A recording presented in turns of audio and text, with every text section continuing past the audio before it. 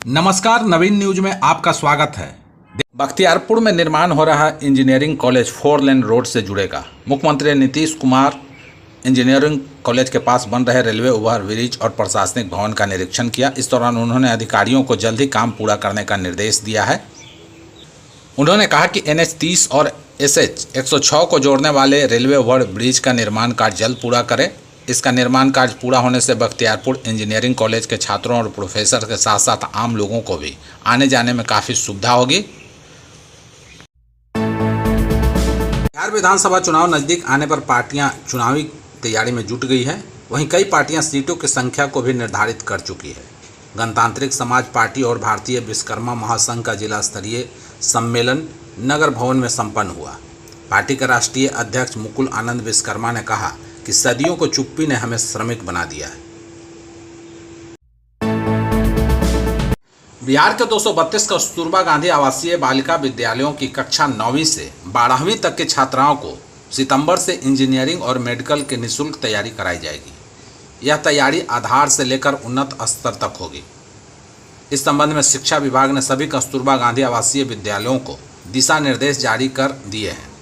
इसके अलावा सिमतुल्ला आवासीय विद्यालय के छात्राओं को इंजीनियर और डॉक्टर बनाने के लिए JEE और नीट की भी तैयारी कराई जाएगी। संबंधित विद्यालयों में यह व्यवस्था पहली बार की जा रही है। इसके लिए शिक्षा विभाग ने कोचिंग संस्थान फिजिक्स वाले के साथ करार किया है। सुशासन का सार आपके द्वार अभियान में महिला जदयू की 40 टीम रवाना होगी। पार्टी 17 से 23 अगस्त तक पूरे प्रदेश में यह अभियान चलाएगी। इस दौरान यह टीम सभी जिलों में जाएगी।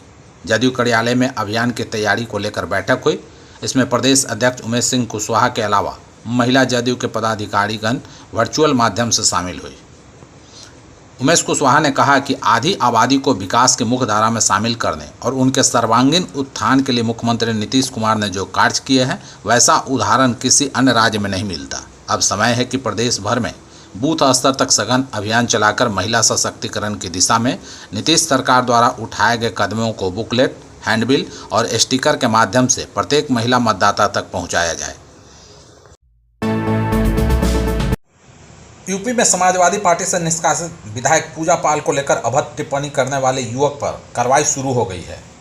विधायक की ओर से उनके वकील ने कर्नलगंज थाने में तहरीर दी, जिसके आधार पर पुलिस ने आरोपी के खिलाफ मुकदमा दर्ज कर लिया है। बता दें कि विधायक पूजा पाल के वकील श्यामचंद्र पाल ने अपनी तहरीर में कहा, विधायक पूजा पाल पर लगातार सोशल मीडिया पर शब्द लिखे जा रहे हैं।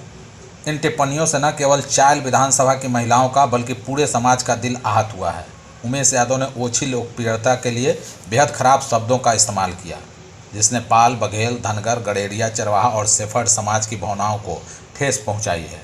ऐसे लोगों पर कानूनी शिकंजा कसना जरूरी है, अन्यथा इनके मनोबल में इजाफा होता रहेगा।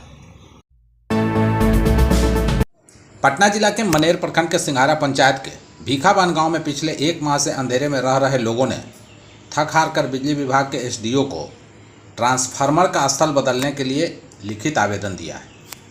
बता दें कि पिछले 1 माह से भीखाबान गांव के समीप खेत में लगी ट्रांसफार्मर कई बार जल गई।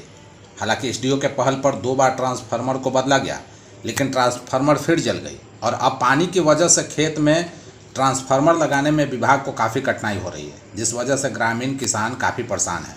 इसे लेकर गांव के सैकड़ों ग्रामीणों ने लिखित आवेदन देते हुए ट्रांसफार्मर के स्थल को बदलने की मांग की है, ताकि बिजली व्यवस्था सुचारू रूप से चल सके। इस संबंध में पूछे जाने पर SDO ललित रंजन ने बताया कि ग्रामीणों द्वारा लिखित आवेदन दी गई है, जल्द ही समस्या का समाधान करा लिया जाएगा। बिहार का मौसम एक बार फिर करवट लेने वाला है। पिछले कुछ दिनों से बारिश का दौर लगातार चला, उसके बाद फिर से बारिश का सिस्टम कमज़ोर पड़ा, लेकिन एक बार फिर मौसम का मिजाज बदल रहा है। मौसम विभाग ने कई जिलों के लिए अलर्ट जारी किया है, जहां बारिश और वज्रपात की आशंका है, जबकि अगले 3 दिनों के मौसम की जानकारी भी दी गई है। कई जिलों में भारी बारिश का अलर्ट जारी किया गया है।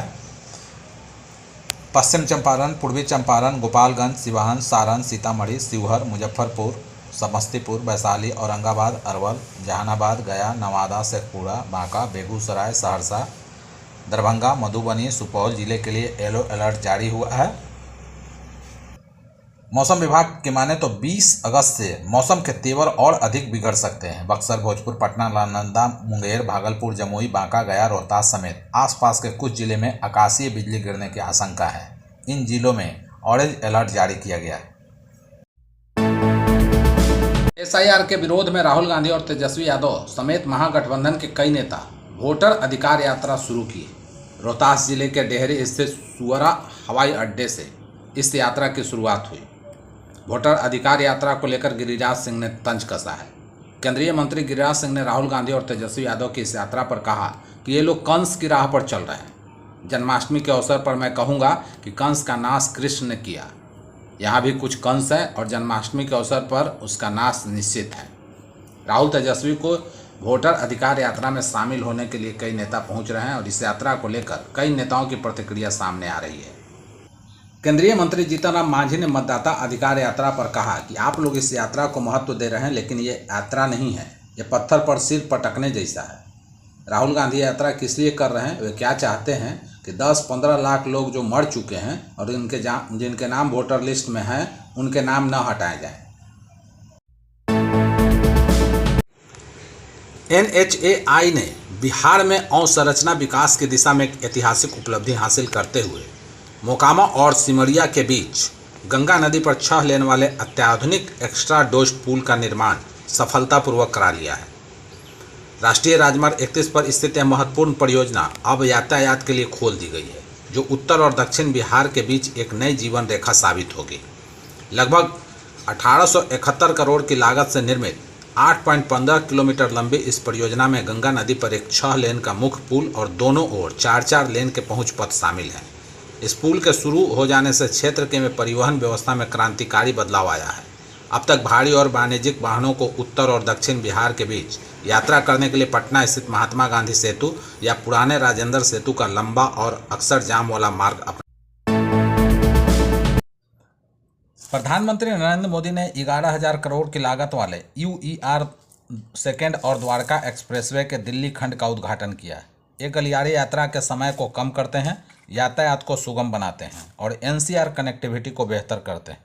भारत का पहला शहरी एक्सप्रेसवे द्वारका एक्सप्रेसवे 3.6 किलोमीटर लंबी सुरंग और एकल स्तंभ डिजाइन वाला है, जबकि 75.71 किलोमीटर लंबा तीसरा रिंग रोड UER सेकेंड वाहनों को समर्थन देता है और पुनः चक्रित कचरे का उपयोग करता है। दोनों परियोजनाओं का उद्देश्य टिकाऊ बुनियादी ढांचे को बढ़ावा देना है। बता दें कि दिल्ली और हरियाणा के बीच यह कनेक्टिविटी बढ़ाने में एक महत्वपूर्ण मील का पत्थर साबित होगा। इस कार्यक्रम में केंद्रीय मंत्री नितिन गडकरी, मुख्यमंत्री रेखा गुप्ता, मुख्यमंत्री नायब सिंह सैनी भी शामिल हुए। बता दें कि द्वारका एक्सप्रेसवे अब सिंधु बॉर्डर से दिल्ली हवाई अड्डे तक यात्रा का समय पहले के 2 घंटे की तुलना में घटाकर केवल 40 मिनट कर देता है।